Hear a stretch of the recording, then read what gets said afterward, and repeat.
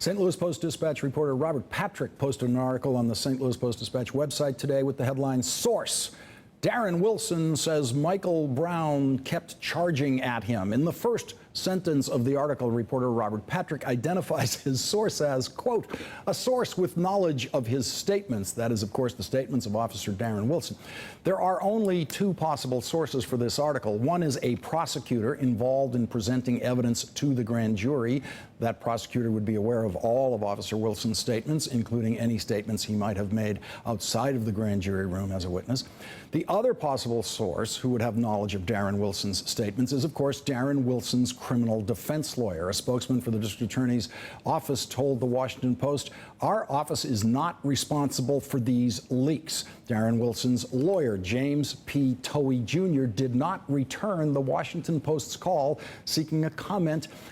And very tellingly, if you know the conventions of modern journalism and unnamed sources, there is absolutely no reference to Darren Wilson's lawyer or the fact that he even has a lawyer in the St. Louis Post-Dispatch article. That's how much unnamed sources are protected in leak-based articles like this.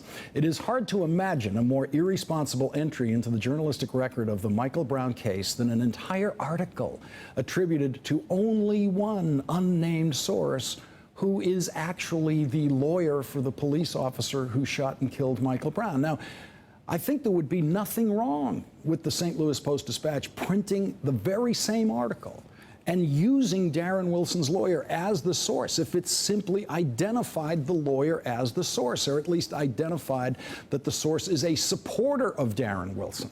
If, in fact, the source is a supporter of Darren Wilson, which, of course, I don't know, right? I mean, I'm just kind of wondering about it. The unnamed source tells the story of the confrontation at the car in much greater detail than any previous account. The article says, during the struggle, Brown handed the cigarillos to Johnson, then swung his left hand and hit Wilson on the right side of the face. Wilson said he almost lost consciousness, the source said. There is much detail about the struggle Officer Wilson had in firing his gun. And then the article says, Wilson told investigators he thought the bullet had struck Brown in the hand, the source said.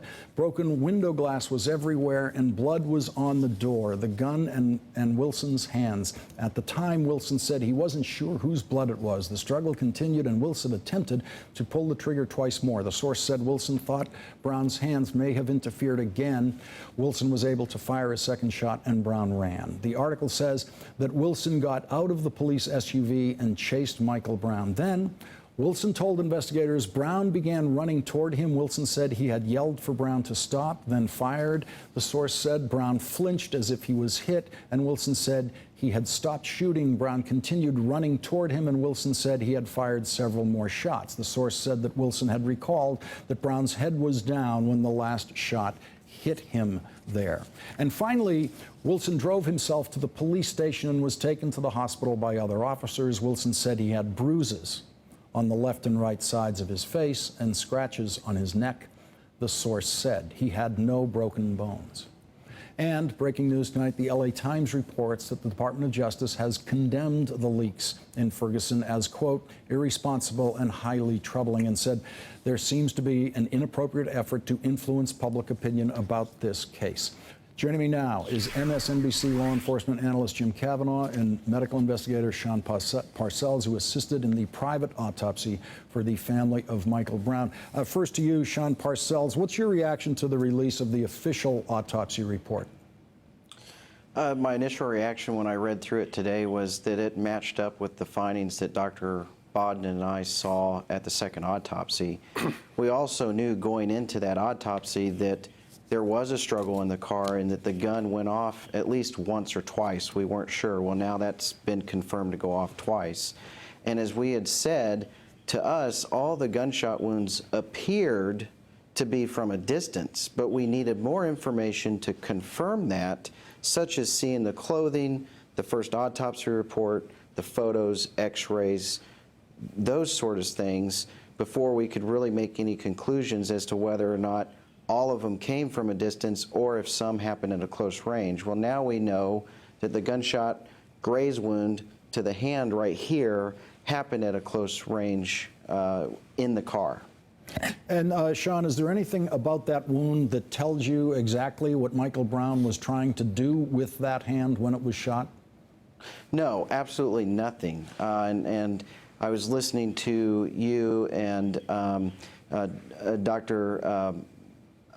Melanique Yep. Milliner, and apologize about that. And I've also read other articles today that people were making the assumption that says beyond the shadow of a doubt that he was reaching for Officer Wilson's gun.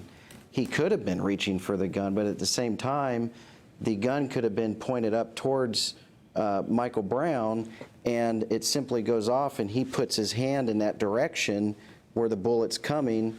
Doesn't necessarily mean that he was reaching for the gun. It just means that his hand was in close proximity to that weapon at that trajectory to get the bullet to go the direction it was going.